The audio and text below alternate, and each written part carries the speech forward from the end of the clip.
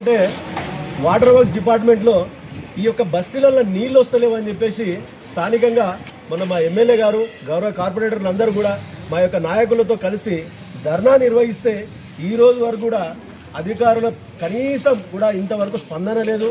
అదేదో చెవుల శంఖం ముదినట్టు జరిగిన పరిస్థితి మాది. ఎందుకంటే కనీసము నీళ్ళు ఇంతకుముందు గడిచిన 10 సంవత్సరాల్లో సుదీర్ఘమైనటువంటి కేసీఆర్ గారి పరిపాలనలో మంచిగా వాటర్ సప్లై ప్రతి ఇంటికి నల్ల నీళ్ళు ఇచ్చి సుదీర్ఘమైనటువంటి నిరంతర కరెంటు పోకుండా 24 గంటలు కరెంటు ఇచ్చినటువంటి పరిస్థితులు అన్నీ మనం చూసి ఇవాళ ఈ 2 సంవత్సరాలలో వచ్చినటువంటి కాంగ్రెస్ పరిస్థితి ఎట్లా ఉందంటే కనీసం బస్తీలలో నీళ్లు కాదు కదా పొంగుతున్నటువంటి డ్రైనేజీలను కూడా క్లీన్ చేసే పరిస్థితిలో పోలేదు. ఎందుకంటే డైరెక్ట్గా అధికారులు ఎవరి దగ్గర పోయినా కూడా అధికారులు కనీసం ఈరోజు ఫోన్ రెస్పాన్స్ అయ్యే పరిస్థితుల్లో లేరు.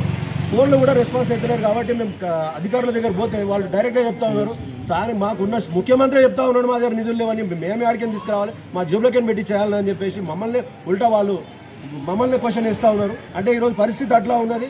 మరి ఈ యొక్క రాజకీయ కక్షణ ఏందో అర్థమవుతలేదు. 3 సార్లు మా ఎమ్మెల్యే గారు అత్యధిక మెజారిటీతో ఇక్కడ గెలిచారు కాబట్టి ఇక్కడ నిధులు మళ్ళీ ఇస్తుర్రా, ఇక్కడ మరి మేము కడుతున్నటువంటి కొద్బులాపూర్లో వచ్చినటువంటి ట్యాక్స్ కానివ్వండి, వాటర్ వర్క్స్కి వచ్చినటువంటి అత్యధిక ట్యాక్స్ మరి ఇక్కడ రాదు.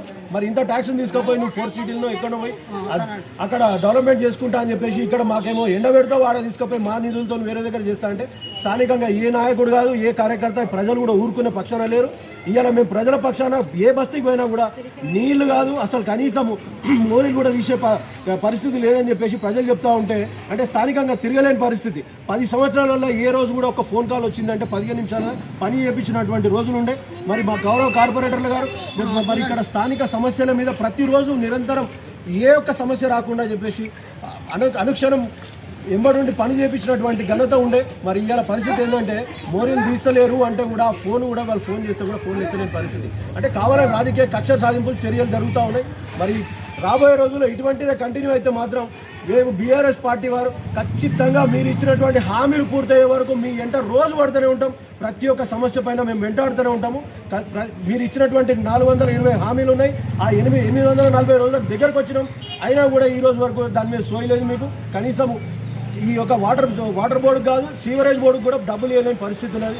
దీనికి ఖచ్చితంగా ఇమీడియట్గా ముఖ్యమంత్రి గారు చొరవ తీసుకొని స్థానిక సమస్యలపై పోరాడకపోతే ఖచ్చితంగా మేము మీ వెంబడే ఉండి పోరాడుతూ ఉంటాం. ప్రతి సమస్య పైన మిమ్మల్ని నిలదీస్తూనే ఉంటామని తెలియజేస్తాము.